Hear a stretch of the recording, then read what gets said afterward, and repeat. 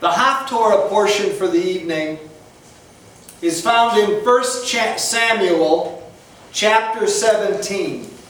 It will be the entire chapter, which I will not read at the beginning. And now the Philistines gathered together their armies to battle, and were gathered together in Shohah, which belongeth to Judah, and pitched between Shohah and Azekah and Ephes-dammim. And Saul and the men of Israel were gathered together and pitched in the valley of Elah, and set in battle array against the Philistines. And the Philistines stood on a mountain on one side, and Israel stood on a mountain on the other side. There was a valley between them. And there went out a champion out of the camp of the Philistines named Goliath of Gath, whose height was 6 cubits and a span. And he had a helmet of brass upon his head, and he was armed with a coat of mail, the weight of which was 5,000 shekels of brass. And he had greaves of brass upon his legs, and a target of brass between his shoulders. And the staff of his spear was like a weaver's beam, and his spear's head weighed 600 shekels of iron. And one bearing his shield went before him. Here begins our text. Here begins our life. What can one young man named David do? See, God takes a young man to give the greatest motivational teaching there is. What can one individual do? Take it to heart. God takes a young man named David, and he gives the greatest motivational principles that there are. What can one young person do? Take it to heart. God takes one young man named David, and he gives the greatest motivational talk on how to move and motivate your life. Notice how it begins. And the Philistines gathered together their armies for battle, and they were gathered together as Sochah, which belongeth to Judah, pitched between Sochah and Azekah in Ephes-dammim. What do you do when all the circumstances of life come against you? What do you do when they add up, they get together, and they come and they stand right in the middle, and all the circumstances are against you? That's when you need motivation. They were in a town called Sochah. Now that town belonged to Israel, but the Philistines had taken it over. Azekah was a small town that had 2 doors, one in the front, one in the back. Archaeology is just starting to dig it up now. They're starting to find what is there. And between these 2 places, the Philistines had taken over the land of Israel as far as Ephes-dammim. I was there this summer. You've got the one mountain over there, you've got the other mountain over there, you've got Ephes-dammim all the way in front of you, and Azekah is right over the hill in the back. And there's the hill where Israel has been pushed back off of their own property. Ephes-dammim, it means bounding in blood. Why do they call it bounding in blood? Because this is a place where they fought over and back and forth and fought over, back and forth. And here the Philistines were coming again. What do you do with that spot that you've had to fight for and fight for and fight for and fight for? And here it comes one more time. And you see, God uses a young man named David to give the greatest motivational teaching of its time. Notice how it goes on. And Saul and the men of Israel gathered together in the pitched valley of Elah, and they set the battle array against the Philistines. And the Philistines stood on the mountain on one side, and Israel stood on the mountain of other side, and there was a valley in between them. Saul was the leader. Saul was the man in charge. Now I want to point out to you that Saul was asked of men, not of God. Men went to God and said, we want a leader, we want to be like the foreigners, we want to be like the pagans. They saw a tall and a handsome and a good-looking man. They said, we want him because he's bigger than everybody else. He was the choice of men, but he wasn't the choice of God. What do? When there you are in Ephes Dammim, where all this blood has been shed, and Saul is pitching his tent there with the children of Israel, and they're in battle array, and they stood on the other side, and there was a valley in between them. Elah means trees, because apparently at the time the valley was filled with trees. It was a beautiful and a green valley. Now the reason it was filled with trees is because there had been so much battle there. There had been so much blood spilled there. There had been so many people who died there that the greenery was great and it was beautiful. And it stood as a symbol to the children of Israel of what they had lost in the past. And there they were, with a valley between them. Israel on the one hill, the Philistines on the other hill, and a valley in between.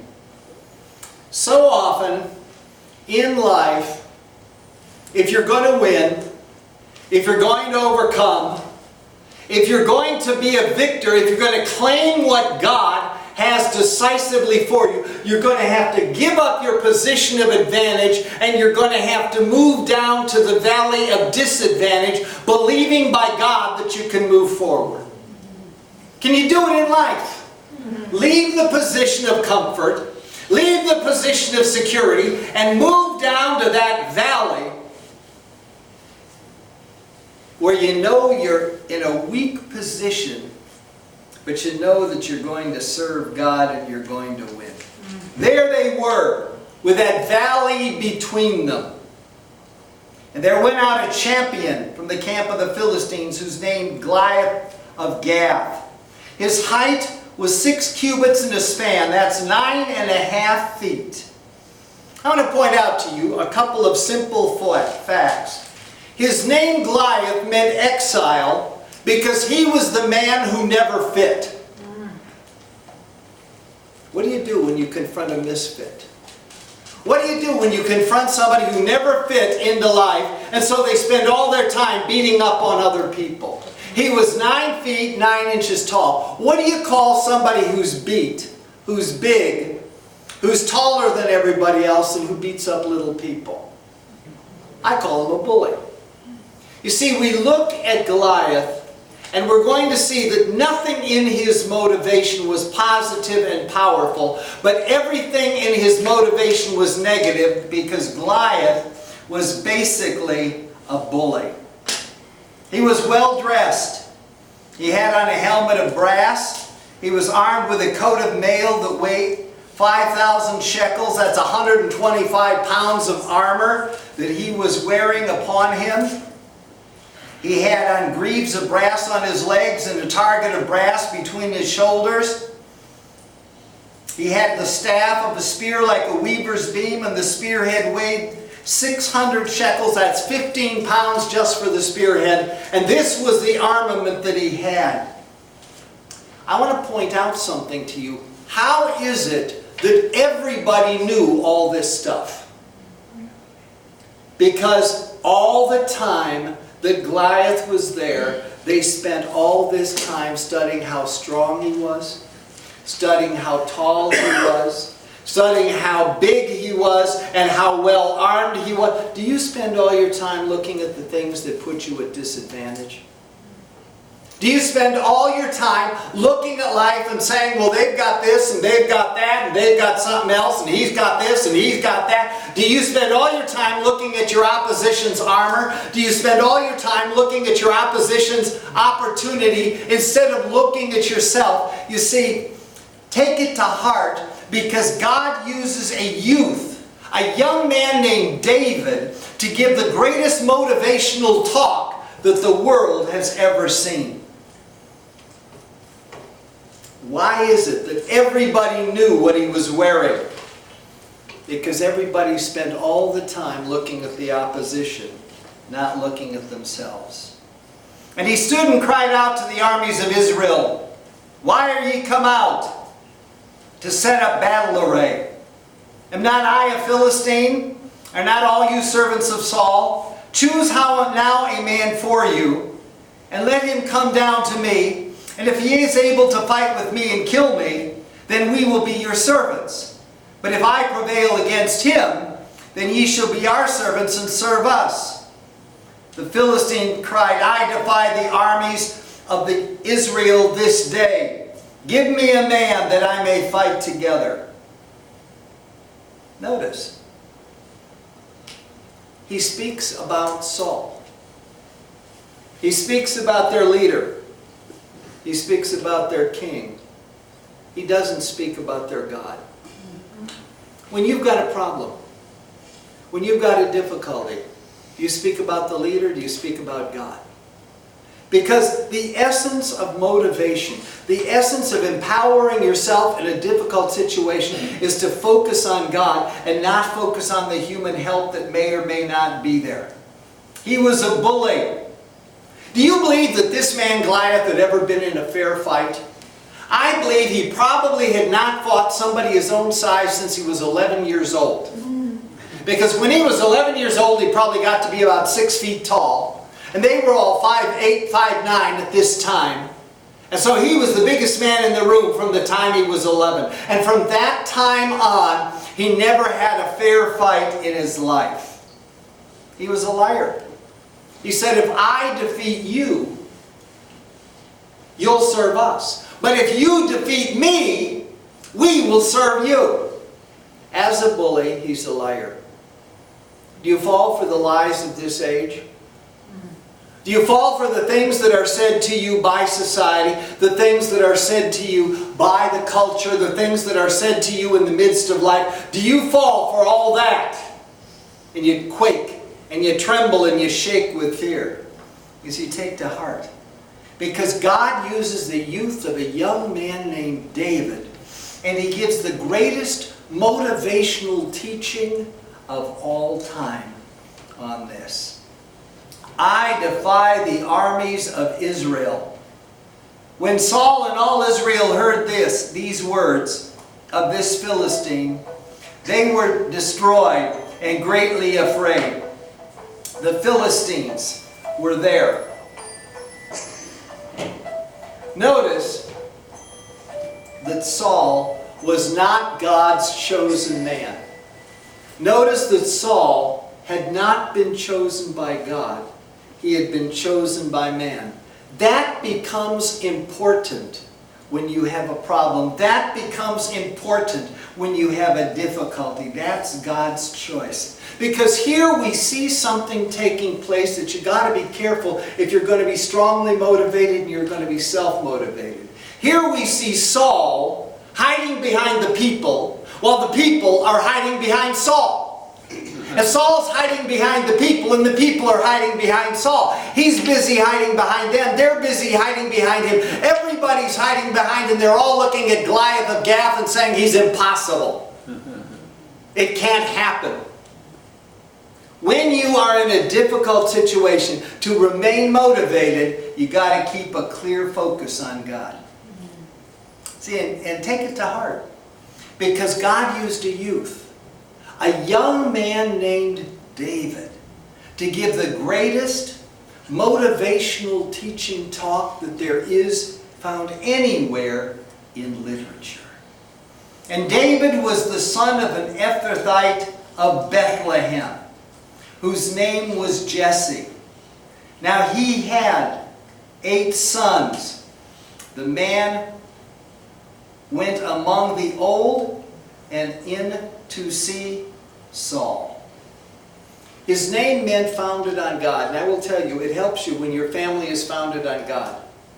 When your family is founded on God, when your family is grounded on God, it helps you to be founded and grounded on God. When your family is not founded on God, not grounded on God, it's time for you to stand up and to stand on God. Here's a young man named David He had 8 brothers. In Hebrew, 8 is the number of completeness. It's the number of beginning and starting over. He had 7 sons that couldn't hack it, but David was the young man that God was going to use. He was a youth, but God had him in vision. The 3 eldest sons of Jesse went and followed Saul into battle. The names of their sons, of these 3 sons that went to battle, were Eliab, Abinadab, and the third was Shemaiah. David was the youngest. Only the 3 eldest followed Saul. That's a motivator for you. They say, let your 3 brothers go and you can't go. Have you ever been passed over in life? Have you ever had them say, the others are okay, the others we can use, the others we'll take care of, but you don't count. The others fit in. The others get the blessing. The others get the schooling. The others get the training. The others get the education, but you don't fit in. The others can handle it, but you don't. And you see, David never ponders his rejection.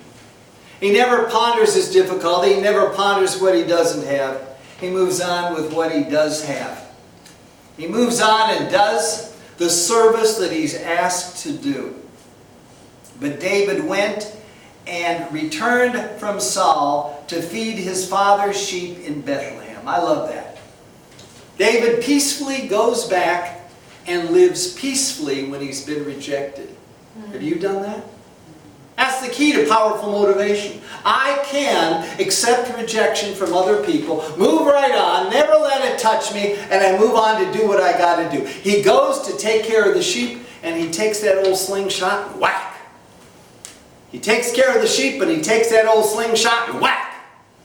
He takes that old slingshot and whack. He spends days and weeks in peaceful meditation practicing with his slingshot. He spends days in quiet meditation playing his harp. Quieting the sheep by playing his harp. How many people would be eaten up with rejection because of this? I've seen people who carry rejection 30, 40, 50, 60, 70 years. Because when they were a child, somebody passed them over. Because when they were a child, somebody said they were no good. Because when they were a child, somebody said, you can't compete.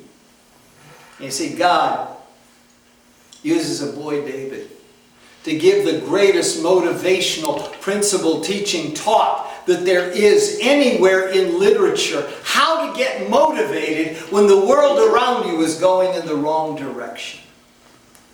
And David went with his father's sheep to live peacefully in Bethlehem.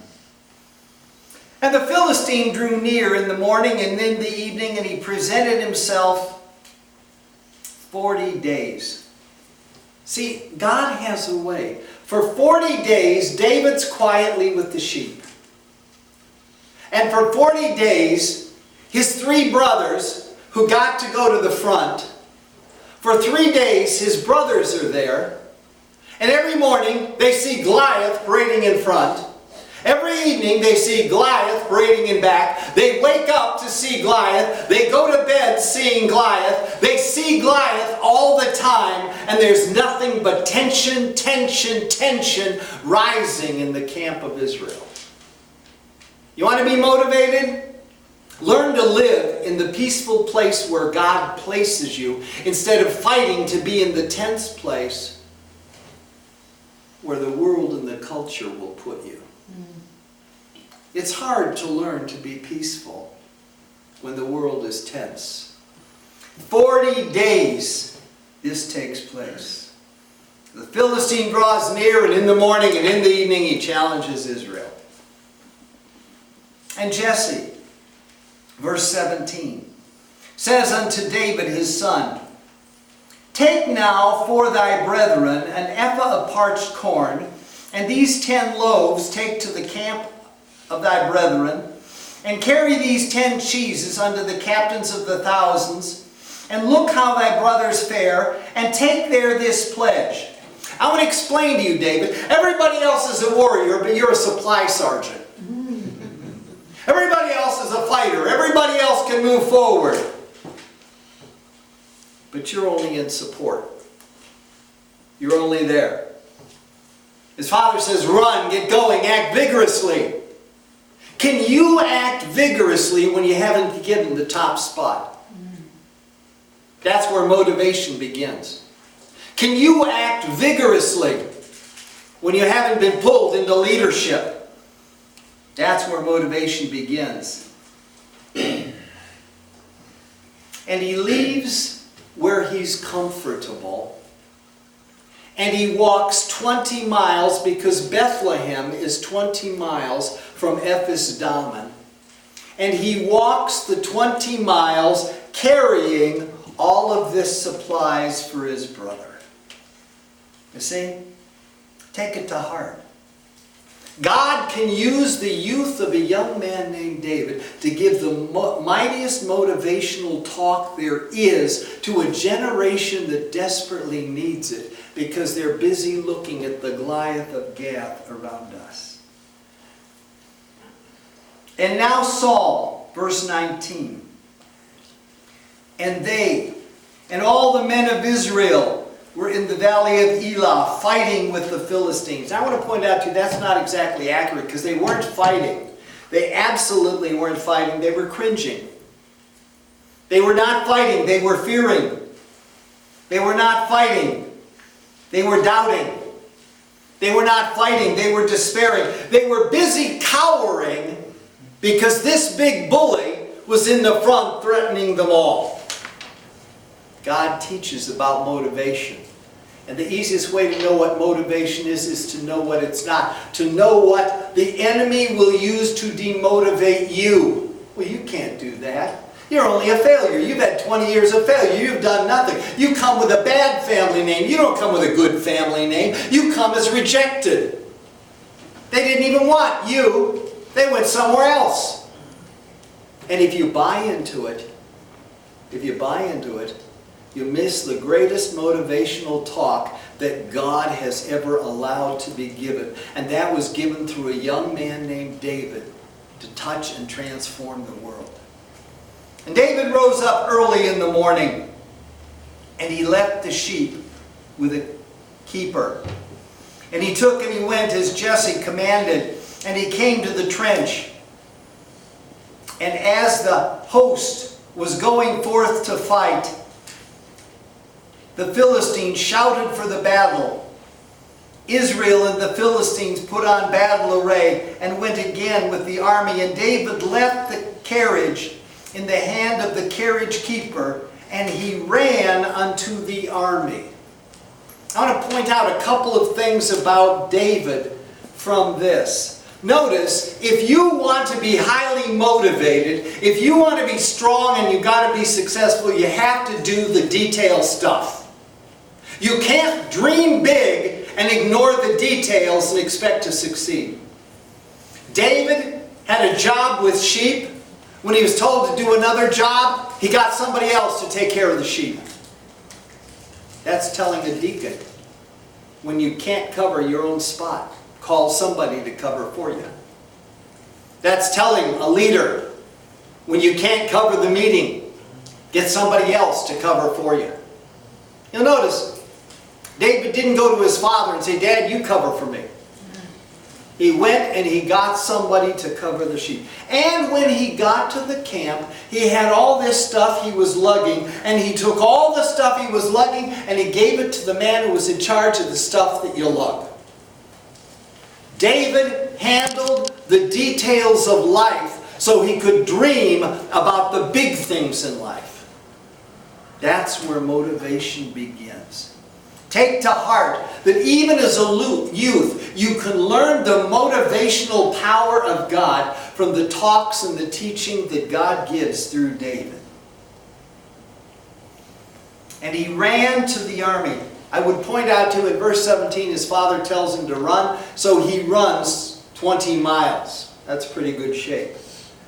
Then, in verse 22, he gives everything to the carriage keeper, and he runs to the battle. And finally, in verse 48, he hurries and he runs at Goliath. You get motivated when you get going. You get motivated when you get enthusiastic. You get motivated when you get empowered. I don't want to do that. Oh, no, another day. Oh, I hate work. Oh, I just can't stand what I have to do. Oh, getting going in the morning. Now, David, don't demotivate yourself with an attitude of deflation. Motivate yourself with the attitude of inflation. Because God, through a young man, gives the most powerful motivational talk to transform the lives of every one of His people. Notice how it goes on from there. And he came to salute his brethren. And as he talked to them, behold, there came the champion of the Philistines, Goliath of Gath. I want to point out the name of the misfit that never fit, that never completed, that never accomplished, the bully who had spent his whole life beating up little people. And he came out of the army of the Philistines. See, he didn't fit with their army, he didn't fit with their army, he didn't fit anywhere. If you don't learn the motivational program of God, you never fit. I've seen people who've gone through 70 years in their life and they never feel like they fit. 70 years in life and they never feel like they fit. Never feel like they can make it. And David heard the words that he said. Verse 24. And all the men of Israel, when they saw the man, they fled from him. They were sore afraid. And the men of Israel said, this is really important. Have you seen this man is coming up? Surely to defy Israel he is come up. It shall be for the man that killeth him, the king shall enrich him with great riches, will give him his daughter, and make his father's house in Israel. What happens to the man that destroys Goliath? He's going to be enriched with great richness. He's going to get to marry the daughter of the king. And he's going to have tax-free for his entire family. He's going to have tax-free. Everybody knows it. Everybody's talking about it.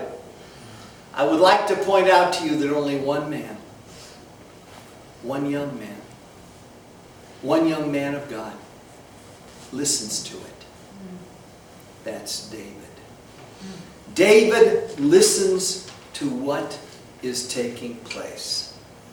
And David goes to another man and he says, what happens to the man who defeats Goliath? He's made rich with great riches. He gets to marry the daughter of the king. He gets tax-free for his entire family, for their life. And David goes to another man. What happens to the man that destroys him? David goes to another man. What happens to the man? Everybody knows the answer. Well, you get great riches. You get the hand of the daughter of the king. And you get free from taxes.